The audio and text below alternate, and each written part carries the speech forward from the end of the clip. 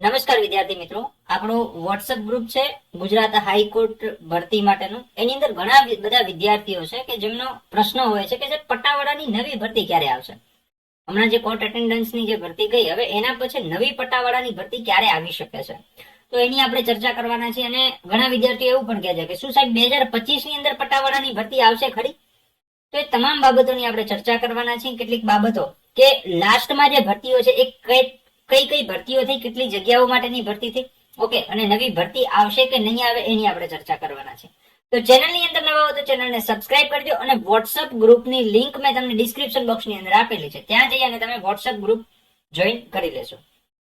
તમને બધાને એવું થતું હશે કે યુટ્યુબની અંદર કેમ કોઈ વિડીયો બનાવતું નથી પટ્ટાવાળાની નવી ભરતી માટે? કારણ કે અત્યારે બધાને ખબર છે કે આ પટ્ટાવાળાની ભરતી જયારે આવશે ત્યારે એની બેચો લોન્ચ થશે ને ત્યારે ધંધો થશે. અત્યારે આના ઉપર વિડીયો બનાવવાથી કોઈ ધંધા નહીં થાય, બરાબર? એટલે તમને સંભવિત ઓછા વિડીયો જોવા મળશે કે પટ્ટાવાળાની ભરતી બાબતે. તો જોઈએ પટ્ટાવાળાની નવી ભરતી. એની પહેલા જોઈએ કે લાસ્ટમાં ભરતી ક્યારે આવી હતી.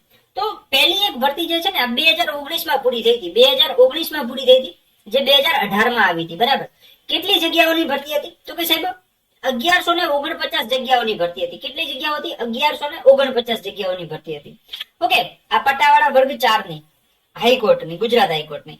એના પછી બીજી ભરતી જે છે એ ક્યારે આવી? તો કે સાહેબ 2023, બરાબર? હવે જો અહીંયા 18 માં આવી હતી, એના પછી 19 માં પણ આવેલી, આ 19 માં પૂરી થયેલી છે, અને પછી 2021 માં એક આવેલી છે, 2021 માં એક આવેલી છે, બરાબર?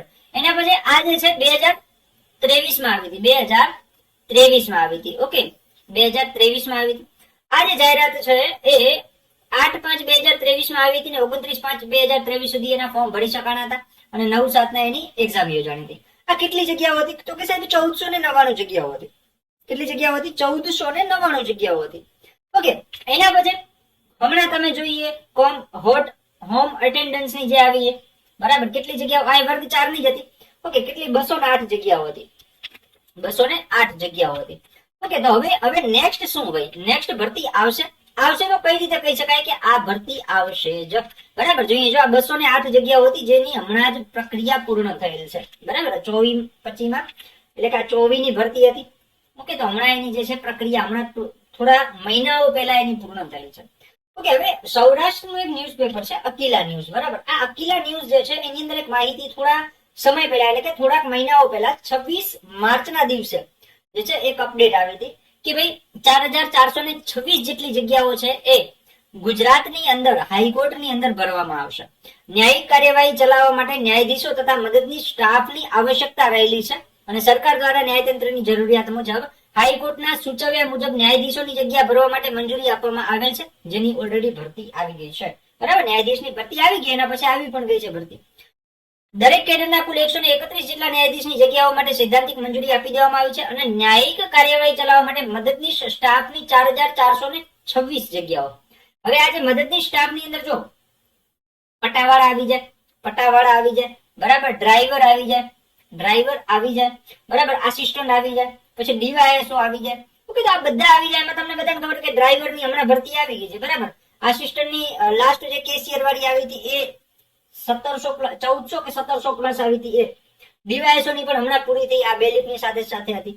ઓકે, તો હવે પટાવાળા છે, તો પટાવાળાની પણ આવનાર સમયની અંદર આવી શકે છે ભરતી.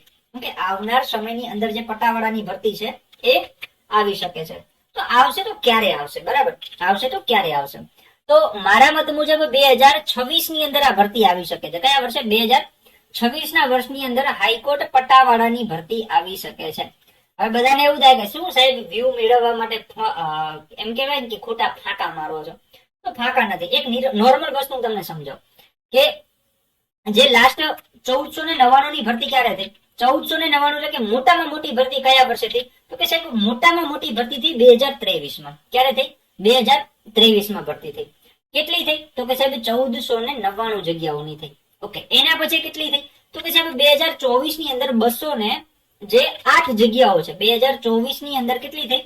208 જગ્યાઓની ભરતી થઈ.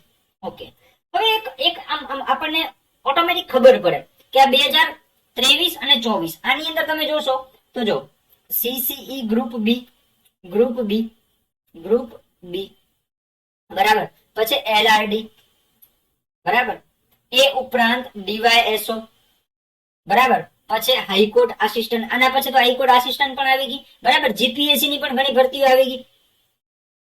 ઓકે, એ ઉપરાંત આરએમસી આવી, એએમસી આવી, બરાબર. પછી અત્યારે જે ટેટ ટાટની જે શિક્ષકોની ભરતી જે છે, શિક્ષકોની ભરતી છે એ આવી. હવે તમને એવું થાય કે સાહેબ પટાવાળાને આને શું લેવા દેવા, તો સાહેબ ઘણા બધા વિદ્યાર્થીઓ એવા છે કે જે, મારો પોતાનો એક મિત્ર છે કે જે જીપીએસસી ની તૈયારી કરતો હતો અને આજે 1499 વાળી જગ્યા છે ને, આની અંદર પટાવાળામાં અમદાવાદ લાગ્યો હતો, પટાવાળામાં અમદાવાદ લાગ્યો હતો, બરાબર. ક્યાં લાગ્યો હતો? અમદાવાદ લાગ્યો હતો, બરાબર. હવે એ કહે છે કે ભાઈ મારે જે ગ્રુપ બી છે, તો ગ્રુપ બી માં હું સેફ સ્કોરમાં છું, તો હું પટાવાળાની જોબ છોડી દેવાનો છું, બરાબર. એમાં રાજીનામું મૂકી દેવાનું છું. તો આવો મારા ઘણા મિત્રો છે કે જે બીજી પોસ્ટ ઉપર સિલેક્ટ થયેલા છે, જેના કારણે તેઓ પોતાની જે પટાવાળાની જોબ છે એ છોડી રહ્યા છે. ઓકે, તો હવે પટાવાળાની જોબ છોડે, પટાવાળાની જોબ છોડે તો આ લોકો શું કરતા હોય ખબર છે? 1 વર્ષ સુધી વેઇટિંગ લિસ્ટ રાખતા હોય છે. 1 વર્ષ સુધી શું રાખતા હોય? વેઇટિંગ લિસ્ટ રાખતા હોય. એટલે કે 23 ની ભરતી છે તો એનું 24 સુધી વેઇટિંગ લિસ્ટ હોય, નિમણૂક મળે અને 1 વર્ષ સુધી એ લોકો વેઇટિંગ રાખતા હોય. એટલે આ 25 નું વેઇટિંગ પતી જશે, 25 માં વેઇટિંગ પતી જશે 24 ની ભરતીનું. ઓકે, એટલે પછી જે ખાલી જગ્યાઓ વધશે ને, પછી જે ખાલી જગ્યાઓ વધશે એની શું આવશે? એની ભરતી આવશે, એની ભરતી આવશે, બરાબર. તો આ રીતે આપણે કહી શકીએ કે નવી ભરતી આવશે પટાવાળા. ક્યારે આવશે? મારા અંદાજ મુજબ 2026 ની અંદર આવી શકે છે, કારણ કે ઘણા બધા વિદ્યાર્થીઓ એએમસી, આરએમસી કે અન્ય કોઈ પોસ્ટ ની અંદર સિલેક્ટ થયા હોય તો પટ્ટાવાળામાં રાજીનામું આપીને છે. ઓકે, ચલો, તો આ માહિતી તમારા સુધી શેર કરી. જો સારી લાગી હોય તો તમારા મિત્રોને અવશ્ય શેર કરજો ને આપના કોઈ પ્રશ્ન હોય તો કોમેન્ટ બોક્સ ની અંદર અવશ્ય જણાવજો. એનો પ્રત્યુત્તર આપવાનો આપણે અવશ્ય પ્રયત્ન કરીશું. જય હિન્દ, જય ભારત.